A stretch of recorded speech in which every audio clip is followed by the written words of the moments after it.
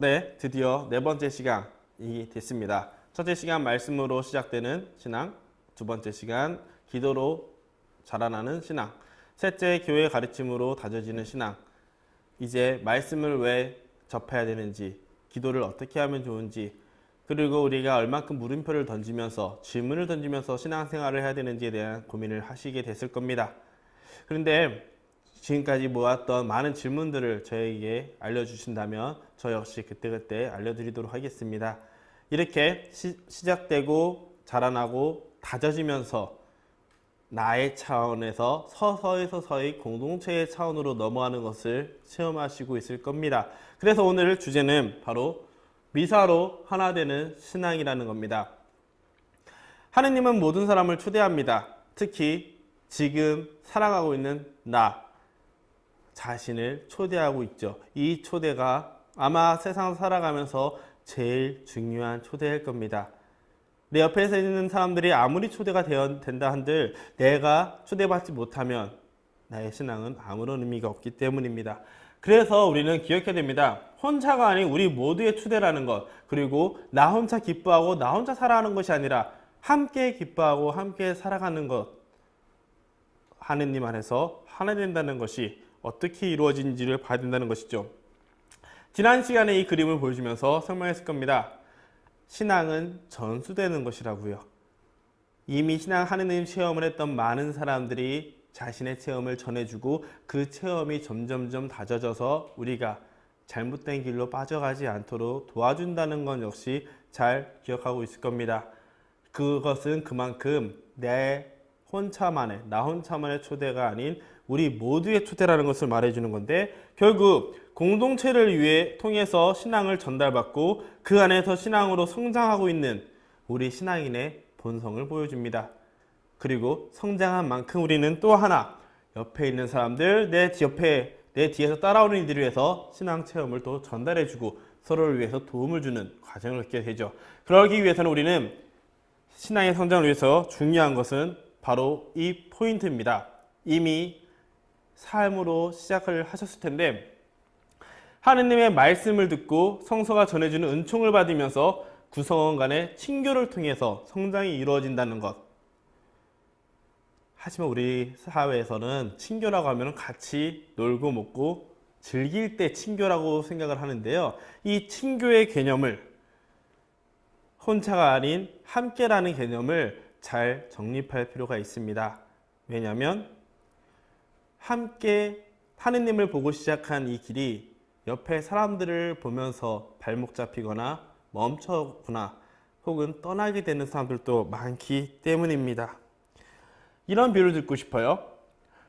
하나의 나무는 쉽게 꺼지지만 여러 개의 나무가 있을 때 그 불은 더 높아지고 더 오래 갈 수 있다는 것입니다.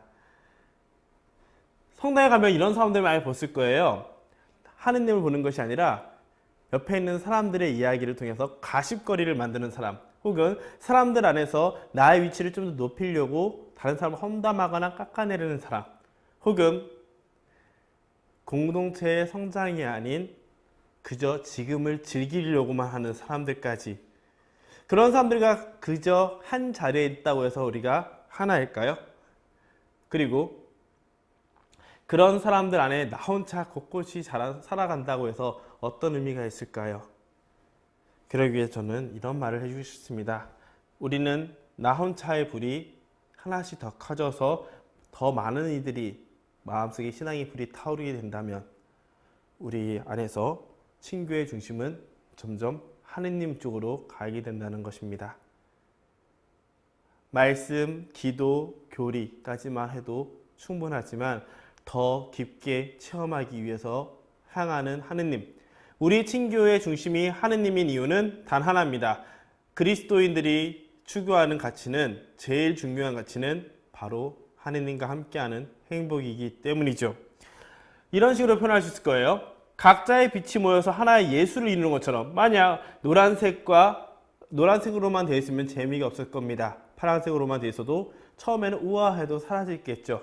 하지만 다양한 사람이 있다는 것은 이렇게 다양한 빛을 내면서 교회를 더욱 풍성하게 만들고, 그 풍성함은 결국 나 자신에게 도움이 되게 직접 체험이 아닌 간접 체험으로 하느님을 느끼게 해주고 다양한 신앙의 길을 체험시켜주며 주님께서 섭리하는 모습들을 알려주기 때문이죠.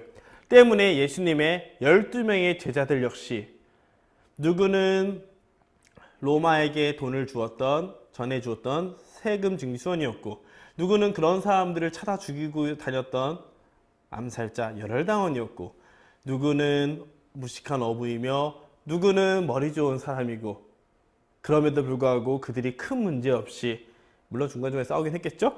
큰 문제 없이 살 수 있었던 것, 그리고 예수님이 승천한 이후에 이 신앙을 굳건히 전달할 수 있던 것은 이 가운데 바로 예수님이 계셨기 때문입니다. 우리 공동체가 하나 되기 위해서 피해야 되는 것이 있죠. 바로 다르다와 틀리다를 같이 보는 겁니다. 틀린 것, 나와 너가 다르기 때문에 넌 무조건 틀려. 나의 의견을 따르지 않기 때문에 넌 무조건 잘못됐어 라고 말하는 것, 그런 자세들을 조심해야 된다는 것이죠. 조화로운 공동체를 되기 위해서는 보다 모두를 담을 수 있는 가치가 필요하다는 건데, 참 어렵습니다. 누구는 사랑이라는 것, 누구는 평화라는 것, 누구는 기쁨이라는 것, 누구는 남을 위한 봉사라는 것에서 더 많은 가치를 얻기 때문이죠. 하지만 우리 신앙인들에게는, 그리스도인들에게는 처음에 얘기한 것처럼 가장 중요한 가치, 예수 그리스도가 있고 그분이 우리에게 계속 기억하면서 행하라고 했던 하나의 예식, 우리가 모두가 하나가 될 수 있는 하나의 친교를 만들 수 있는 방법이 있습니다. 매주 매일 체험할 수 있는 것, 바로 미사입니다. 예수님이 우리를 사랑하셨다는 것을 기억하며 그분의 사랑을 체험하고 그 사랑으로 살아갈 수 있도록 해주는 힘의 원동력, 가장 중요한 기도라고 하는 미사를 통해 하나가 될 수 있다는 것입니다. 다양한 일치의 표징들이 나타납니다. 미사 시작할 때는 성부와 성자와 성령의 이름으로 아멘이라는, 나는 성부와 성자 성령 하느님을 믿으면서 그분이 나를 위해서 십자가에 못 박혀 돌아가셨다는 것을 기억하는 모든 신앙인들이 똑같이 행동함으로 통해서 하느님의 자녀임을 고백하는 모습에서 우리는 주님의 일치를 느낄 수 있게 됩니다. 이 순서는요, 우리가 기도를 가장 많이 하는 것이기 때문에 꼭 기억해야 됩니다. 성부, 성자, 성령의 이름으로 아멘이라는 것. 만약 왼쪽 오른쪽이 아니라 오른쪽 왼쪽으로 하게 된다면 여러분들은 동방정교회의 성호경을 아는 겁니다. 그래서 이 방법을 잘 기억하시고요. 두 번째, 주님과 일치하는 포인트는 바로 이겁니다. 주님께서 구약에서 무엇을 말해줬는지, 신약에서 주님께서 어떤 말씀을 하셨는지를 반복해서 듣는 주님의 말씀을 기억하는 말씀의 전례에서 한 번 있고요. 또 하나는 지난 시간에 배웠던 같은 신앙 고백을 함으로써 우리는 주님 안에서 하나라는 것, 우리가 한 분이신 주님을 통해서 모인 공동체라는 것을 기억하게 됩니다. 또 중요한 순간인 예수님의 몸과 피로 오시는 이 성찬 전례 안에서 주님을 향해 내가 가지고 있는 것을 봉헌하며 그 봉헌한 것이 우리 공동체를 위해서 사용되고, 혹은 남는 것은 더 어려운 이들에게 도와주는 것을 통해 우리는 또 하나의 하나를 느끼며 주님의 몸과 피를 모시는 영성체를 통해서 역시 우리는 한 분이신 주님과 하나 되며 우리 공동체와 하나 될 수 있는 순간이 됩니다.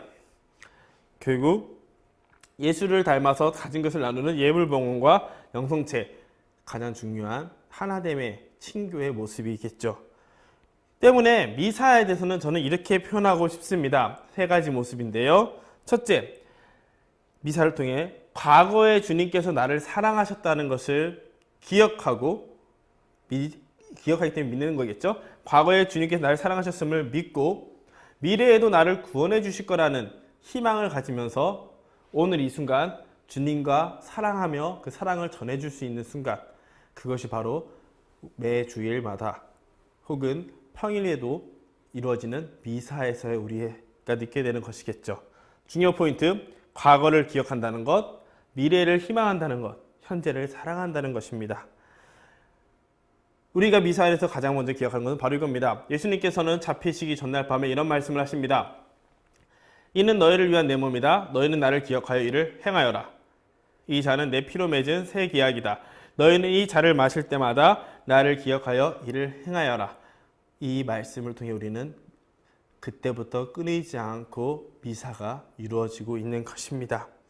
이렇게 자꾸 미사 하면은 도대체 미사가 뭡니까? 라고 질문할 수 있을 거예요. 미사는 크게 이 네 가지 구조로 되어 있습니다. 주님께서 우리에게 오심을 기억하는 시작 예식. 이 안에서는 주님이 오심을 고백하며 환영하면서 그분 앞에 제 많은 나 자신을 반성하는 시간, 그리고 주님을 찬양하며 그분을 맞이하는 시간인 시작 예식이 있고요.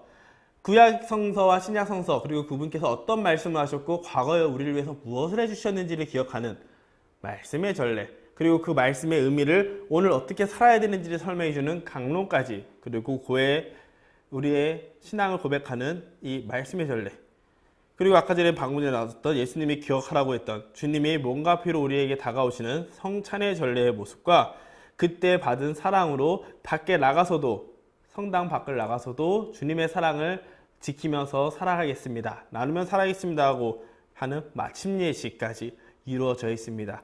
자세한 거는 각 기동단 혹은 의경들과 함께 실제로 미사를 하면서 부분 설명을 해드리도록 할게요.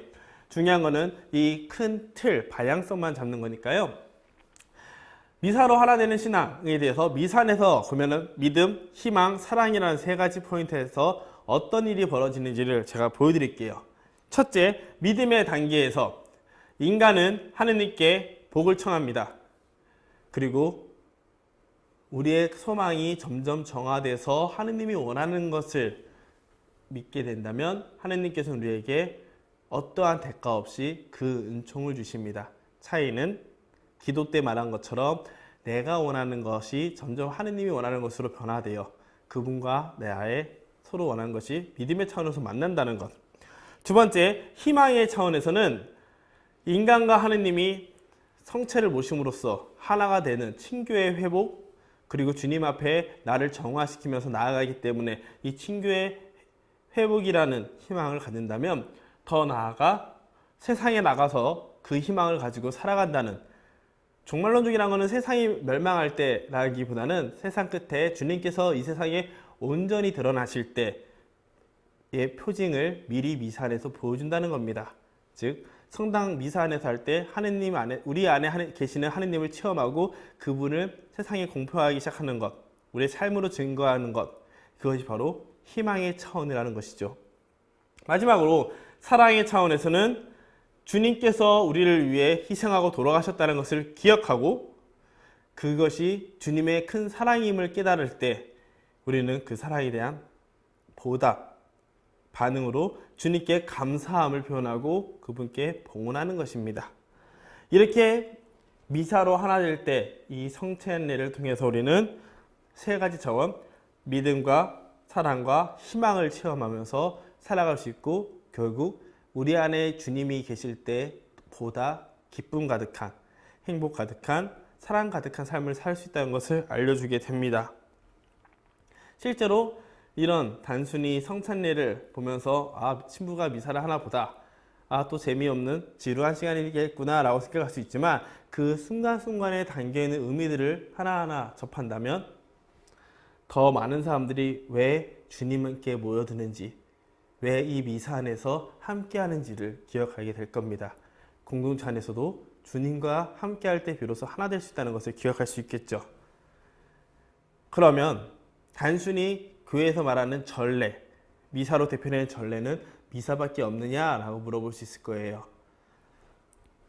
한 가지 예를 듭니다. 숲속에 빛이 내립니다. 과연 세상의 빛은 안 보이지만 숲속에 들어갈 때 빛은 어떤 느낌으로 느껴질까요? 분명 이 그림처럼 어떤 부분은 밝음과 따뜻함이 느껴지고 어떤 부분은 어두움과 차가움을 느껴질 겁니다. 이 분명한 차이는 도대체 무엇 때문일까? 우리 신앙생활 안에서도 분명히 기쁨에 늘 차 있는 사람이 있는 반면 우울하고 어둡게 지내는 사람들도 역시 있습니다. 하느님이 함께함을 느끼기 때문에 기쁨을 얻는 사람, 하느님이 없다고 혹은 내가 뭐하러 믿어? 라는 식으로 스스로 거리를 두면서 어두워지는 사람, 바로 신앙인의 모습을 말해준 건데, 이것은 이 빛이라는 존재를 통해서 따뜻함과 어떤 존재감을 느끼는 것처럼 우리 신앙 역시 보이지 않는 하느님의 은총과 사랑을 보여주는 것들이 있습니다. 바로 7성사라는 건데, 성사들이라는 건데, 그 성사는 성서로부터 표시되어 있고 예수님으로부터 시작이 됐을 때, 예수님이 제정했다는 표현을 쓰세요. 이럴 때 우리는 성사라고, 하느님의 은총과 사랑이 드러나는 표지라고 표현을 합니다. 그 표지에는 이런 게 있습니다. 성사는 총 7개가 있습니다. 그리고 그 종류는 세례, 견진, 성체, 병자, 고백, 혼인, 성품 성사와 더불어 하나가 더 있다 가로치고 썼죠. 준성사라고 표현하는 구마, 축복, 축성이라는 것까지 있습니다. 쉽게 말하면 이런 겁니다. 인간이 살아가는 과정 안에서 성사들이 7개의 성사가 있다면, 여기 말하는 이 성사들이 있다면 그 중간중간에 힘을 보여주는, 주님과 함께하는 걸 기억하는, 마귀를 쫓아내는 것, 축복하는 것, 주님의 복을 청하는 것, 그리고 거룩하게 축성시켜달라고 하는 것들이 있게 됩니다. 이 7성사라고 하면은 보통 사람들이 그게 뭔데요? 나와 무슨 관계가 있습니까? 라고 하는데, 신앙이 성숙하는 과정을 표현한다고 보면 됩니다. 신앙인으로 태어나는 것은 세례, 그리고 우리가 살아가면서 밥을 먹어야겠죠. 그 밥 먹으면서 힘을 얻는 것, 그것을 성체성사, 미사를 통해서 얻을 수 있고요. 사춘기를 거쳐서 많은 죄를 짓거나 방황하더라도 주님께서 사랑으로 받아주시는 과정을 고해성사, 그리고 신앙의 어른이 된다는 것을 표시하는 견진, 누군가를 이제 신앙으로 인도해 주는 거겠죠. 그리고 결혼하거나 혹은 하느님과 결혼하거나 혹은 부부를 이루어서 성가정을 이루는, 거룩한 가정을 이루는 성품성사나 혼인성사, 그리고 죽을 때 큰 고통에 빠져 있을 때 하느님과 함께하기 전에 하는 병자성사로 나눠지게 됩니다. 곧 7성사와 준성사는 이 인간의 일생이 늘 하느님과 함께하고 있음을 기억하는 것이고요. 또한 세례, 견진, 성품이나 혼인은 한 번씩만 받을 수 있지만, 성체, 고해, 병자성사는 살아가면서 꾸준히 청하면서 힘을 얻거나 다시 주님께 돌아오거나 고통 중에 회복을 청하거나 하는 과정을 거치게 된다는 겁니다. 좀 더 자세하게 말하면요, 세례는 새로 성사를 하느님의 자녀로 태어난다는 것을 의미합니다. 세례를 받은 사람만이 나머지 성사들을 받을 수 있는 자격이 생기죠. 견진 성사는 성령을 받는다고 표현해서 비둘기를 표시했는데요, 이제 성인이 되어 신앙의 어른으로서 신앙이 부족한 사람들을 이끌어주고, 그리고 하느님을 온전히 삶으로 드러내는 사람들을 표현을 합니다. 성체 성사는 양육이라고 표현하는데요, 하느님과 하나 되고 그 안에서 힘을 얻는 것, 즉 영원한 생명에 계속 동참하는 것을 의미하고, 아까 말한 것처럼 우리가 살면서 힘을 얻는 밥을 먹는 것과 비슷하게 표현할 수 있을 겁니다. 사람이 살면서 죄를 한 번도 질 수는 없겠죠. 세례를 받은 후에 우리의 죄는 다 없어진다고 하지만, 하느님의 자녀로 다시 태어나기 때문에 없어진다고 하지만 자주 하느님으로부터 멀어지는 경우가 생길 겁니다. 그럴 때 하는 것이 바로 고해성사이며 주님과의 화해와 친교의 회복, 그리고 죄의 용서를 표현할 수 있겠습니다. 마지막으로, 마지막이 아니죠. 병자성사는 치유의 성사라고 해서 마음의 위안과 평화와 용기를 청하는 성사이며, 하느님이 원하시면 치유가 되고 더 좋은 것을 원하신다면 하느님으로 불러올 때 그 전에 받게 하는 성사가 됩니다. 마지막으로 2가지 서로를 위한 성사인데요, 다른 신앙인들을 위해서 미사를 집전하거나 하느님과 세상에 온전히 봉사하기 위해 선택하는 성품성사, 저 같은 신부가 되는 성사가 있겠고요. 결혼반지 2개가 보이죠. 결혼하여 부부생활을 이루고 자녀 출산과 교육을 위해서 거룩한 지상 안에서, 세상 안에서 하느님의 나라를 계속 만들어가는 그런 역할을 하는 혼인 성사도 있겠습니다. 이렇게 다양한 성사가 있는 것은 일생 안에서 하느님과 함께 한다는 것을 기억할 뿐만 아니라 내가 하느님부터 멀어지지 않도록 도와주는 작용이라는 겁니다. 만약 우리의 길 안에서 이런 표지판이 없다면 우리는 어떤 길도 가기 쉽지 않을 겁니다. 칠성사는 바로 우리가 하느님께 나아가기 위한 다양한 표지판과 같은 역할을 하겠죠. 우리 신앙의 길잡이라는 것, 칠성사라는 걸 기억하면서 또한 우리가 주님 안에서 하나가 되기 위해서는 미사라는 것 안에서 느낀다는 것을 기억하며 우리의 친교의 중심 주님과 함께 오늘 이번 한 주도 그리고 앞으로 신앙생활 안에서도 살아갈 수 있었으면 좋겠습니다.